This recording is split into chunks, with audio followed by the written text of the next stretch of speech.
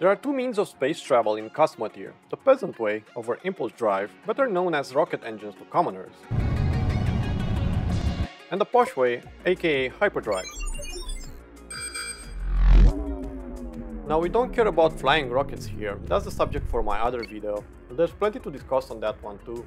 What we do care about is that for a modest fee at any station we can unlock this small Hyperdrive module, which, supplied with relatively cheap and abundant Hyperium fuel, allows us to instantly travel to any jump relay, beacon or station that we have previously discovered within the current sector. Trust me, that's a big deal. But if you're not convinced and thinking of saving up on those few credits, well, don't. Hyperdrives are required for traveling to other sectors anyway, so you'll eventually need one on every ship you want to take with you on your journey. There's just no way around that. Plus, just take a moment to look at this hyperdrop effect.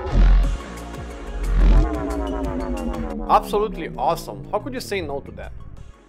So, ready to install that Hyperdrive gadget, and maybe you're wondering what this efficiency rating is all about?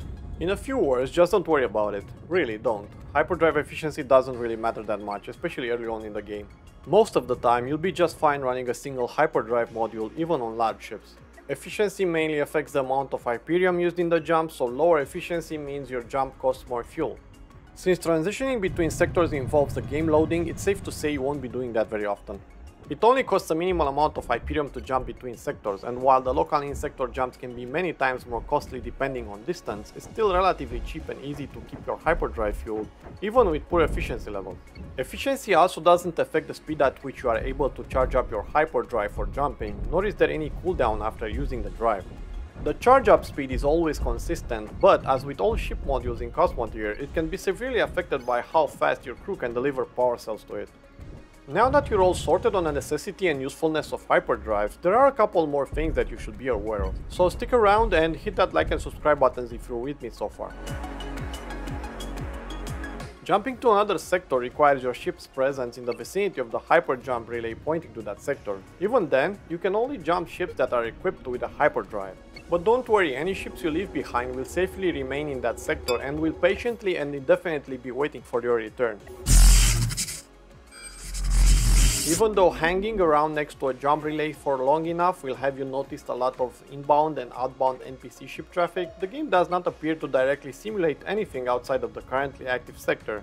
And tell me in the comments section below if you know more about how the game simulates non-player activities and factions on a global scale. Be warned though, the crew on the ships you leave behind still counts towards your maximum crew limit, so don't expect to go to another sector and be able to hire more crew if you have already reached your limit. There's no way around grinding for that higher fame level, believe me, I tried.